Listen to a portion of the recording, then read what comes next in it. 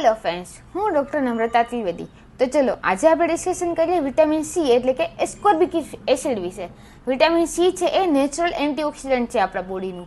કોઈ પણ free radical, harmful radical આપણી બોડીમાં આવ્યા તો આપણા બોડીના સેલને એ હાર્મફુલ રેડિકલથી પ્રોટેક્ટ કરશે વિટામિન સી.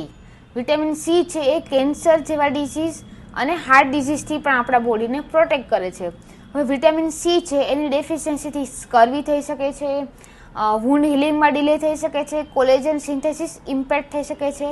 વિટામિન સી છે ને એ બહુ જ ઇમ્પોર્ટન્ટ વિટામિન છે આપણી ઇમ્યુન સિસ્ટમને સ્ટ્રોંગ બનાવવાનું. હવે જોઈએ વિટામિન સી છે એ કેવા ફૂડમાંથી મળી શકે, તો કે બધા જ ખાટા ફ્રૂટ્સમાંથી વિટામિન સી મળે છે, like orange, grapes, kiwi, strawberry, lemon, pineapple, એવા બધા જ ખાટા ફ્રૂટ્સમાંથી, ટોમેટો, એ બધા જ ખાટા ફ્રૂટ્સમાંથી આપણને વિટામિન સી મળે છે. હવે એક ધ્યાન રાખવું જોઈએ, વિટામિન સીનો ઓવરડોઝ થઈ શકે તો રિકરન્ટ રિનલ સ્ટોન એટલે કે કિડનીમાં પથરી થઈ શકે છે. તો વિટામિન સીનો ઓવરડોઝ ના કરવો જોઈએ. તમને ફિઝિશિયને જેવી રીતે પ્રિસ્ક્રાઇબ કરેલું હોય એ ડોઝમાં વિટામિન સી લેવો જોઈએ. Thank you.